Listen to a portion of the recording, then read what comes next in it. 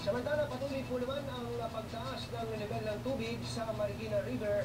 Tayo may kumuha ng update sa lagay ng mga residente doon, pati na sa paglilikas sa kanila. At nandun po si Jenny Reyes na magbabalita. Jenny, kumusta na dyan? Anthony, lampas 19 meters na nga ang tubig dito sa Marikina River at patuloy pa rin ang paglilikas sa mga residente, hindi lamang sa mga barangay sa paligid ng ilog, kundi pati na rin sa mga ibang barangay na apektado na ng pagbahasa ngayon.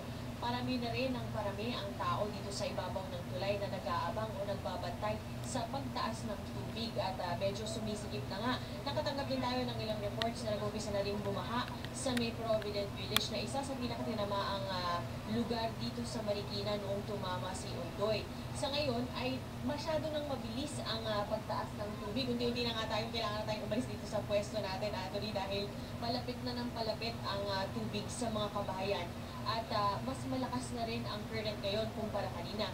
Pero ang ulan ay medyo tumila na. Ito na yata ang unang pagkakataon sa loob ng mahabang oras na humina ng ganito ang ulan. Pero ang problema nga, kung umuulan pa rin sa mga kabundukan ng Rizal at kung meron pang naiwang tubig doon na bumababa papunta dito sa Marikina, ay magiging tuloy-tuloy pa rin ang pagtaas ng tubig dito sa Marikina River. Halos 7,000 na ang mga residenteng nasa evacuation centers ngayon. Mas marami pa ang lumilikas ngayong medyo maliwanag na at mas madali nang makakapasok sa mga gilid-gilid o doon sa mga maliliit na kalsada ang mga rescue teams at yung mga nagsasagawa ng forced evacuation dahil lumabas na o nakaangat na ang Alert Level 3 dito sa Marikina River. Anthony? Maraming salamat sa iyo, Jen Reyes, at mag-ingat kayo dyan. Patuloy naman ang paglalim